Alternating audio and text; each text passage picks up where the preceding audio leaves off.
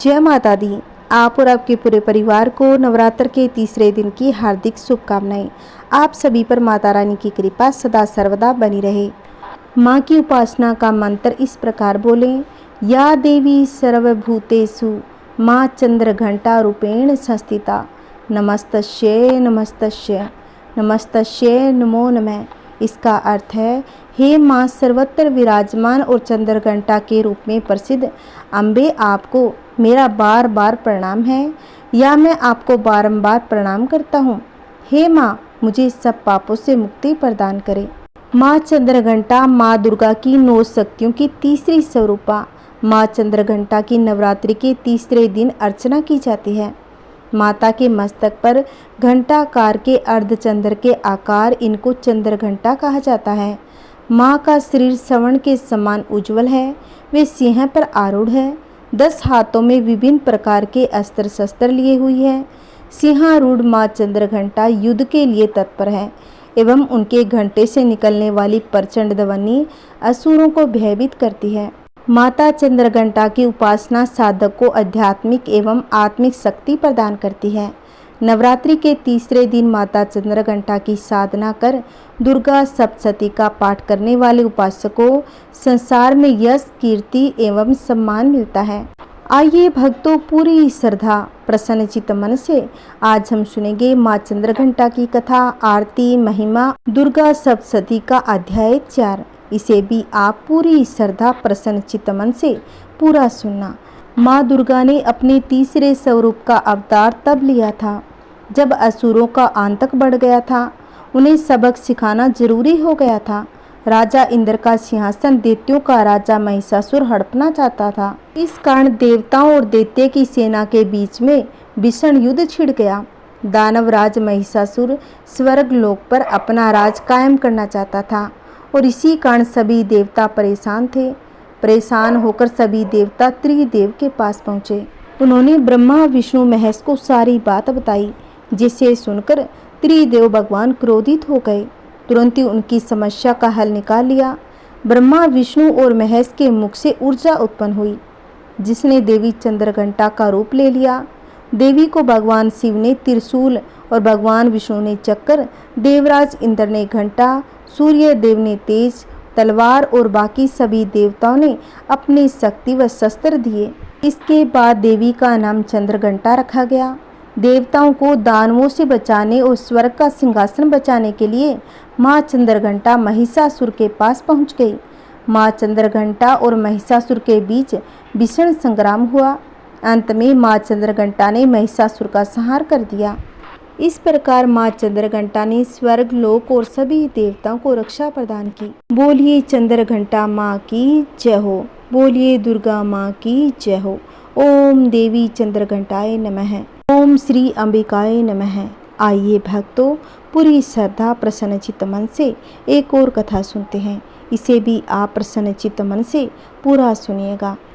एक राजा था, उसकी रानी कोमलांगी थी। वह फूलों की सया पर सोया करती थी। एक दिन फूलों के साथ कच्ची कली भी आ गई। कच्ची कली के कारण उसे रात भर नींद नहीं आई। वह पूरी रात करवटें बदलती रही। राजा ने पूछा, हे प्रिय, आज क्या बात है जो तुम्हें नींद नहीं आ रही?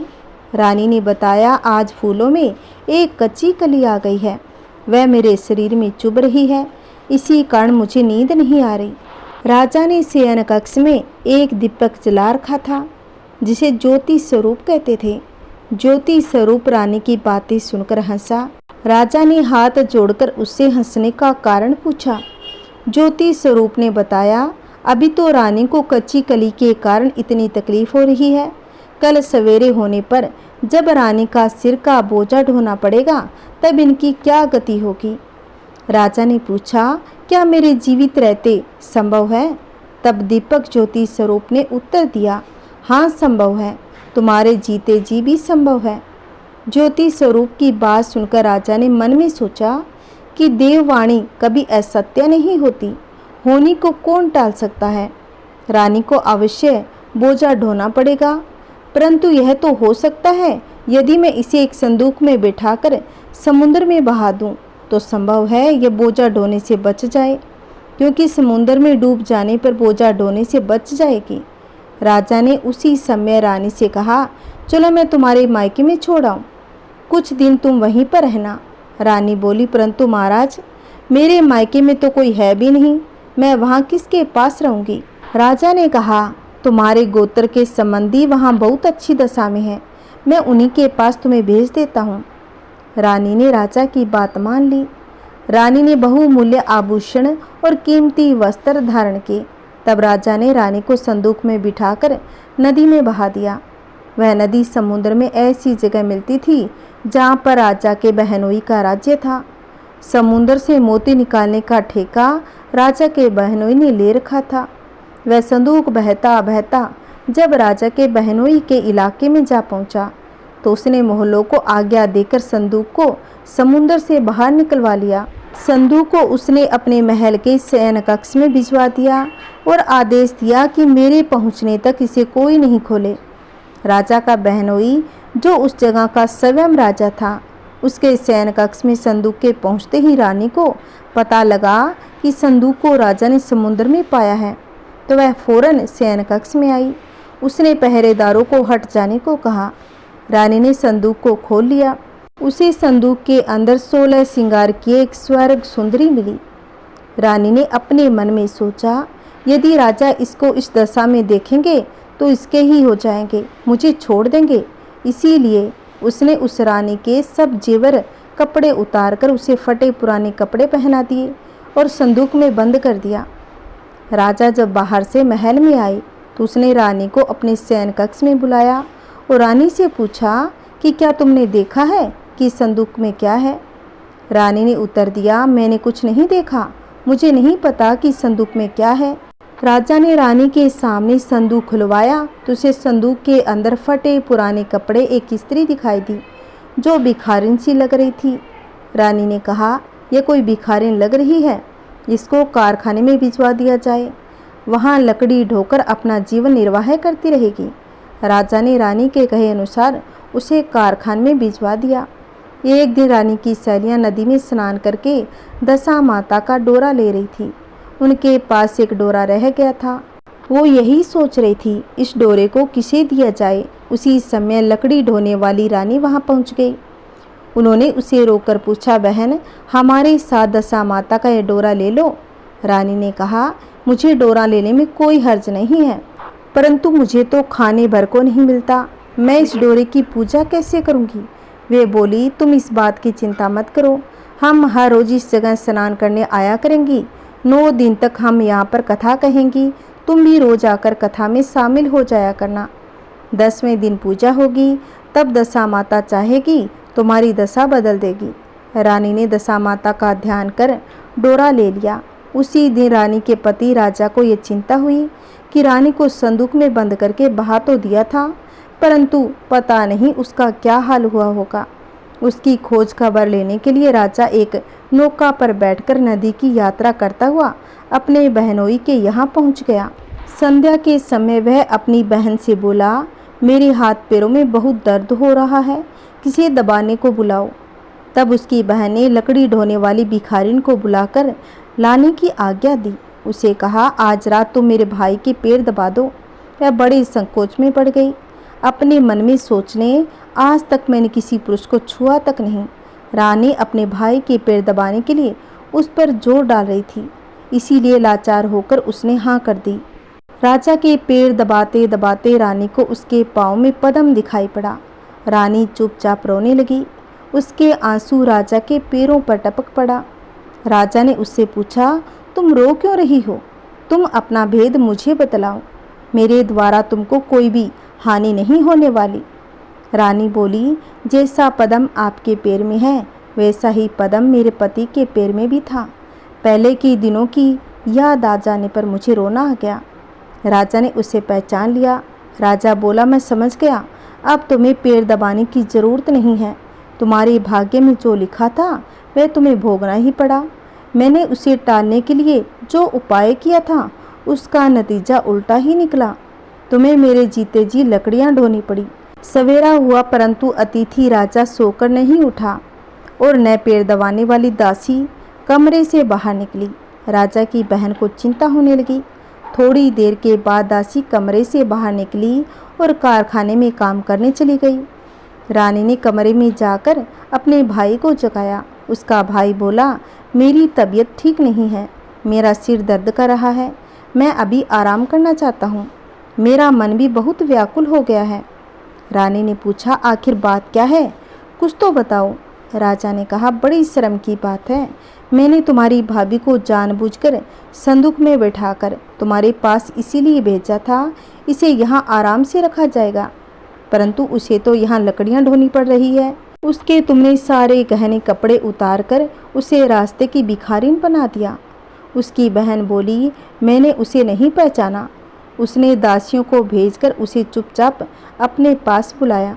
उसके आने पर बहन ने अपनी भाभी से माफ़ी मांगी, उसके पैर पकड़ लिए। कुछ ही दिनों तक राजा अपने बहनोई बहन के रहकर रानी को साथ लेकर राजधानी में लौट गए। रानी ने अपने महल में पहुंचकर सुहागिनों को न्योता भेजा। बड़े धूमधाम से दशा माता के डोरे की पूजा की। नगर में ढिंढोरा पिटवा दिया गया कि राजा से अमीर गरीब सब दशा माता का डोरा लिया करे, श्रद्धा पूर्वक पूजा किया करे। जिसके पास पूजन पारण के लिए धन की कमी हो तो वह महल से ले जाया करे। जिस प्रकार रानी के दिन दशा माता ने फेरे, वैसे ही सबकी दशा माता रक्षा करे। बोलिए दशा माता की जय हो। जय माता दी। आइए भक्तों, अब हम सुनेंगे दुर्गा सप्तशती का अध्याय 4। इस अध्याय में इंद्र आदि देवताओं द्वारा देवी की स्तुति का वर्णन है। महर्षि मेधा बोले, देवी ने जब पराक्रमी दुरा आत्मा महिषासुर को मार गिराया और असुरों की सेना को मार दिया, तब इंद्र आदि समस्त देवता अपने सिर तथा शरीर को झुकाकर भगवती की स्तुति करने लगे। जिस देवी ने अपनी शक्ति से यह जगत व्याप्त किया है, जो संपूर्ण देवताओं तथा महर्षियों की पूजनीय है, उस अंबिका को हम भक्ति पूर्वक नमस्कार करते हैं। वह हम सब का कल्याण करे। जिस अतुल प्रभाव और बल का वर्णन भगवान विष्णु, शंकर और ब्रह्मा जी भी नहीं कर सके, वही चंडिका देवी इस संपूर्ण जगत का पालन करे और अशुभ भय का नाश करे। पुण्य आत्माओं के घरों में तुम स्वयं लक्ष्मी रूप हो और पापियों के घरों में तुम अलक्ष्मी रूप हो, और सतकुल में उत्पन्न होने वालों के लिए तुम लज्जा रूप होकर उनके घरों में निवास करती हो। हम दुर्गा भगवती को नमस्कार करते हैं। हे देवी, इस विश्व का पालन करो। हे देवी, हम तुम्हारे अचिंत्य रूप का किस प्रकार वर्णन करें। असुरों का नाश करने वाले भारी पराक्रम तथा समस्त देवताओं और दैत्य के विषय में जो तुम्हारे पवित्र चरित्र है, उनका हम किस प्रकार वर्णन करें। हे देवी, पितर गुण आत्मिक होने पर भी तुम संपूर्ण जगत की उत्पत्ति का कारण हो। हे देवी, भगवान विष्णु, शंकर आदि किसी भी देवता ने तुम्हारा पार नहीं पाया। तुम सबकी आश्रय हो। ये संपूर्ण जगत तुम्हारा ही अंश रूप है, क्योंकि तुम सबकी आदिभूत प्रकृति हो। हे देवी, तुम्हारे जिस नाम के उच्चारण से संपूर्ण यज्ञों में सब देवता तृप्ति लाभ करते हैं, वह स्वाहा तुम ही हो। इसके अतिरिक्त तुम पितरों की तृप्ति का कारण हो, इसीलिए सब आपको स्वधा कहते हैं। हे देवी, वह विद्या जो मोक्ष को देने वाली होती है, जो अचिंत्य महाज्ञान स्वरूपा है, तत्वों के सार को वश में करने वाले, संपूर्ण दोषों को दूर करने वाले, मोक्ष की इच्छा वाले मुनिजन जिसका अभ्यास करते हैं, वह तुम ही हो। तुम वाणी रूप हो और दोष रहित ऋग तथा यजुर्वेदों की एवं उद्गति और सुंदर पदों के पाठ वाले सामवेद की आश्रय रूप हो। तुम भगवती हो। इस विश्व की उत्पत्ति एवं पालन के लिए तुम वार्ता के रूप में प्रकट हुई हो। तुम संपूर्ण संसार की पीड़ा हरने वाली हो। हे देवी, जिससे सारे शास्त्रों को जाना जाता है, वह मेधा शक्ति तुम ही हो, और दुर्गम भवसागर से पार करने वाली नौका तुम ही हो। लक्ष्मी रूप से विष्णु भगवान के हृदय में निवास करने वाली और भगवान महादेव द्वारा सम्मानित गौरी देवी तुम ही हो। मंद मुस्कान वाले, निर्मल पूर्ण चंद्रबिंब के समान और उत्तम सुवर्ण की मनोहर कांति से कमनीय तुम्हारे मुख को देखकर भी महिषासुर क्रोध में भर गया। यह बड़े आश्चर्य की बात है। और हे देवी, तुम्हारा यही मुख जब क्रोध से भर गया तो उदय काल से चंद्रमा की भांति लाल हो गया और तनी हुई बोहों के कारण विकराल रूप हो गया। उसे देखकर भी महिषासुर के शीघ्र प्राण निकल गए। यह बड़े आश्चर्य की बात है। आपके कुपित मुख के दर्शन करके भला कौन जीवित रह सकता है। हे देवी, तुम हमारे कल्याण के लिए प्रसन्न हो। आपके प्रसन्न होने से इस जगत का अभ्य उदय होता है। जब आप क्रोध हो जाती हो तो कितने ही कुलों का सर्वनाश हो जाता है। यह हमने अभी अभी जाना है कि जब तुमने महिषासुर की बहुत बड़ी सेना को देखते देखते मार दिया है। हे देवी, सदा अभय उदय प्रताप देने वाली तुम जिस पर प्रसन्न हो जाती हो वही देश में सम्मानित होते हैं। उनके धन यश की वृद्धि होती है, उनका धर्म कभी शिथिल नहीं होता। उनके यहाँ अधिक पुत्र पुत्रियाँ और नौकर होते हैं। हे देवी, तुम्हारी कृपा से ही धर्मात्मा पुरुष प्रतिदिन श्रद्धापूर्वक यज्ञ करता है और धर्मानुकूल आचरण करता है और उसके प्रभाव से स्वर्ग लोक में जाता है, क्योंकि तुम तीनों लोकों में मनवांछित फल देने वाली हो। हे माँ दुर्गे, तुम स्मरण करने पर संपूर्ण जीवों के भय को नष्ट कर देती हो और शिथिर चित्त वालों के द्वारा चिंतन करने पर उन्हें और अत्यंत मंगल देती हो। हे दारिद्र दुख नाशिनी देवी, तुम्हारे सिवा दूसरा कौन है। तुम्हारा चित्त सदा दूसरों के उपकार में लगा रहता है। हे देवी, तुम स्त्रियों को इसीलिए मारती हो कि उनके मारने से दूसरों को सुख मिलता है। वह चाहे नरक में जाने के लिए चिरकाल तक पाप करता रहे, किंतु तुम्हारे साथ युद्ध करके सीधे स्वर्ग को जाए, इसीलिए तुम उनका वध करती हो। हे देवी, क्या तुम दृष्टिपात मात्र से समस्त असुरों को भस्म नहीं कर सकती? अवश्य ही कर सकती हो, किंतु तुम्हारा शत्रुओं को शस्त्रों के द्वारा मारना इसीलिए है कि शस्त्रों के द्वारा मरकर वे स्वर्ग को जावे। इस तरह से हे देवी, उन शत्रुओं के प्रति भी तुम्हारा विचार उत्तम है। हे देवी, तुम्हारे उग्र खड्ग की चमक से और त्रिशूल की नोक की कांति की किरणों से असुरों की आंखें फूट नहीं गई। उसका कारण यह था कि वे किरणों से शोभायमान तुम्हारे चंद्रमा के समान आनंद प्रदान करने वाले सुंदर मुख को देख रहे थे। हे देवी, तुम्हारा शील बुरे वृतांत को दूर करने वाला है और सबसे अधिक तुम्हारा रूप है, जो न तो कभी चिंतन में आ सकता है और न जिसकी दूसरों से कभी तुलना की जा सकती है।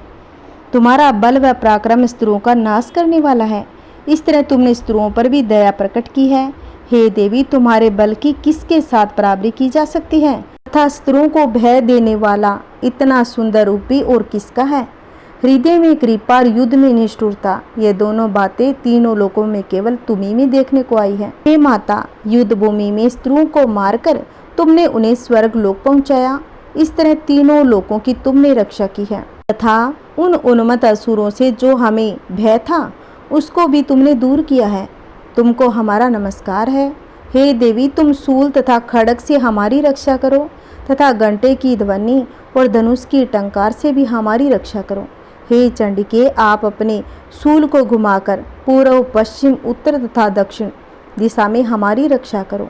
तीनों लोकों में जो तुम्हारे सौम्य रूप है तथा घोर रूप है उनसे हमारी रक्षा करो तथा इस पृथ्वी की रक्षा करो। हे अंबिके, आपके कर पलवों में जो खड्ग शूल और गदा आदि शस्त्र शोभा पा रहे हैं उनसे हमारी रक्षा करो। महर्षि बोले। इस प्रकार जब सब देवताओं ने जगत माता भगवती की स्तुति की और नंदन वन से पुष्पों तथा गंध अनुलेपों द्वारा उनका पूजन किया और फिर सबने मिलकर जब सुगंधित व दिव्य धूपों द्वारा उनको सुगंधित निवेदन की, तब देवी ने प्रसन्न होकर कहा, हे देवताओं, तुम सब मुझसे मनवांछित वर मांगो। देवता बोले, हे भगवती, तुमने हमारा सब कुछ कार्य कर दिया, अब हमारे लिए कुछ भी मांगना बाकी नहीं रहा, क्योंकि तुमने हमारे शत्रु महिषासुर को मार डाला है। हे महेश्वरी, तुम इस पर भी यदि हमें कोई वर देना चाहती हो तो बस इतना वर दो, जब जब हम आपका स्मरण करें तब तब आप हमारी विपत्तियों को हरण करने के लिए हमें दर्शन दिया करो।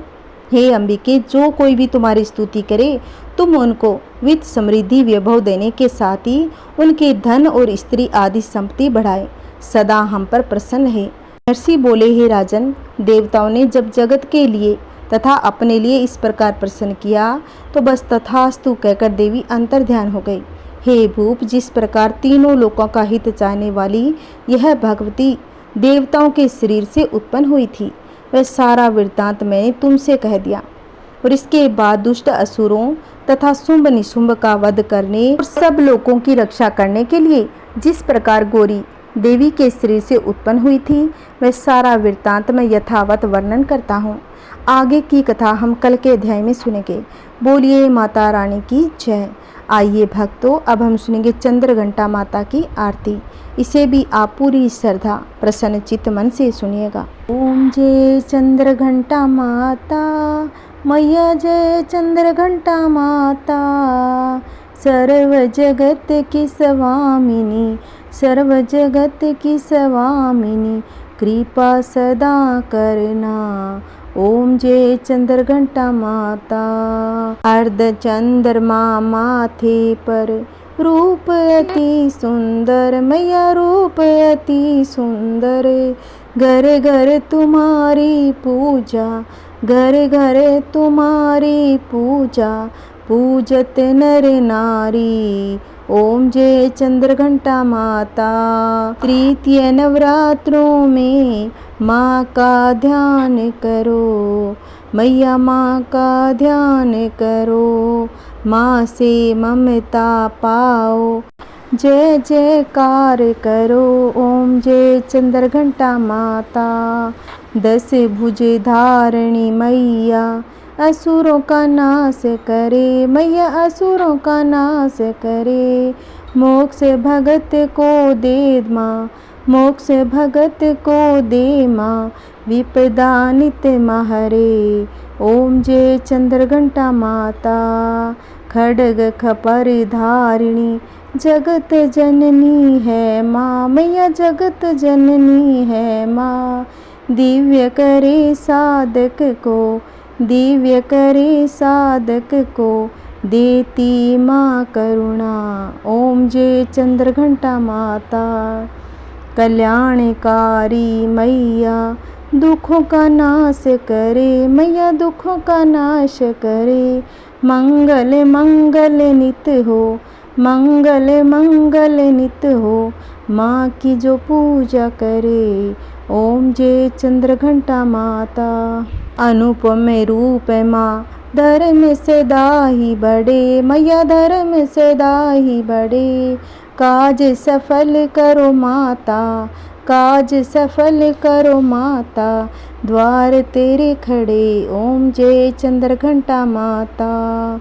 श्रद्धा पुष्प माता को नित अर्पण करो, मैया नित अर्पण करो, माँ के ध्यान में रम करे, माँ के ध्यान में रम करे, जीवन सफल करो।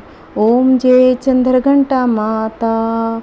चंद्रघंटा माता की आरती नित्य को गाओ, मैया नित्य को गाओ, कामना पूरी होगी, कामना पूरी होगी, माँ की शरण आओ। ओम जय चंद्रघंटा माता। ओम जय चंद्रघंटा माता, मैया जय चंद्रघंटा माता, सर्व जगत की स्वामिनी, सर्व जगत की स्वामिनी, कृपा सदा करना। ओम जय चंद्रघंटा माता। ओम जय चंद्रघंटा माता। बोलिए चंद्रघंटा मात की जय, बोलिए दुर्गे मात की जय, बोलिए भवानी माँ की जय। अगर मुझसे कोई गलती हुई है तो प्लीज़ छोटी बहन या बड़ी बहन समझकर माफ़ करना, क्योंकि मेरी तबीयत ठीक नहीं है। जय माता दी। ओम नमः शिवाय। हर हर महादेव।